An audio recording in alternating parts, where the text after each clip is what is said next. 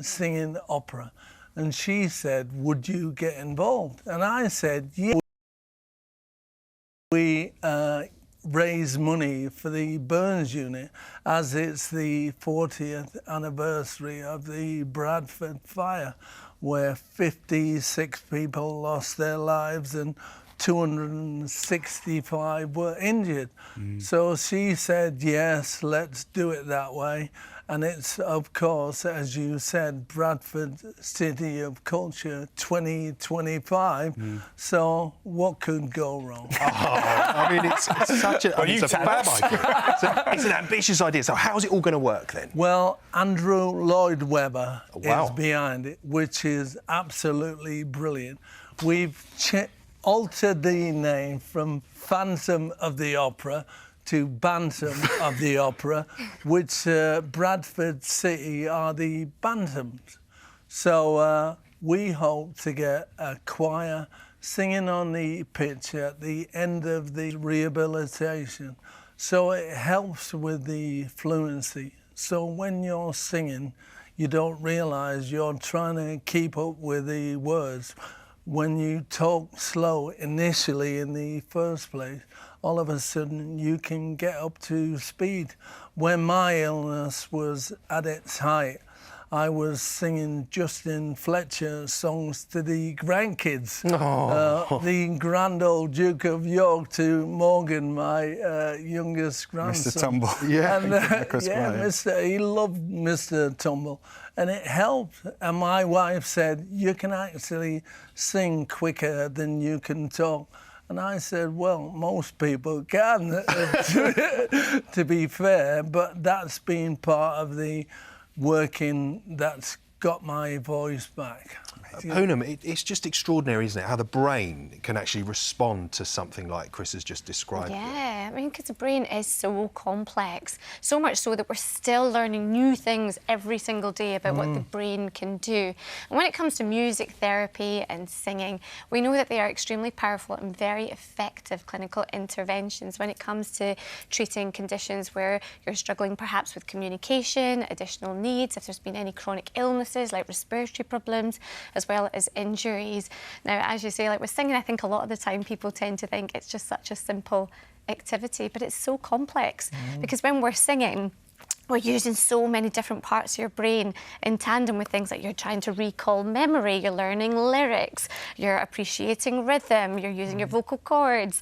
You know, there's just so much involved. Your breathing, coordination, everything comes together. And if for whatever reason there has been any neural pathways that have been damaged, then actually music therapy can be great and help to rebuild and rewire them. And that's something that we call neuroplasticity. We mentioned some of the conditions that can help physically, but it just, you talking about your wife there, Chris, and for others that we mentioned, like Nick and Martin's family, it was, with Martin, for example, with his autism, was the reaction of his parents, it sort of just lifted a lot in terms of mental health for the whole family. Yeah, absolutely. I mean, if we think about it, singing, it sparks joy. It absolutely does. It helps reduce and lower some of those stress hormones and chemicals like cortisol. It boosts the happy hormones. It connects people. There's such a social connection when it comes to music. And that in itself is great for elevating mood, bringing people together, which is so good for your cognitive health. So, yeah, so many benefits. I mean, it's inspiring me to learn how to sing. Everyone can do it, even if you're tone deaf. You can sing in the shower or in the garden. Rob. I mean, I'm not sure everyone can. You haven't heard me yet. I didn't realise... You might regret that if you heard him in the shower. I didn't realise how complex the brain is until I got my condition. And then if I speak in a Scottish accent, oh, hello, it's Cammy here on This Morning Live, I can actually talk quicker. That's incredible. So it actually comes out I can talk faster. Quicker than I talk now, which is crazy. So when people came round from operations and spoke Hungarian and Jewish and all that sort of language, I laughed and scoffed. Now I know what's going on. And now you're passing on the love then with this sort of challenge in Bradford. You mentioned, Well, you called him Andrew because obviously it was mate. We Pals. call him Lord Webber. Who else is involved? You mean Webby? That'd be the football nickname, wouldn't it? Webby. Yeah. So it's you, Webby, and who else? Leslie Garrett is involved. What do you call it? Les? Is it Gaff? LG. Les, yeah, for short. names. James Sills is the one who's going to be teaching all the fans, and we'll have loads of guest appearances on the way. They don't know it yet, but Aled Jones and Russell Watson, I'll be on the phone to them.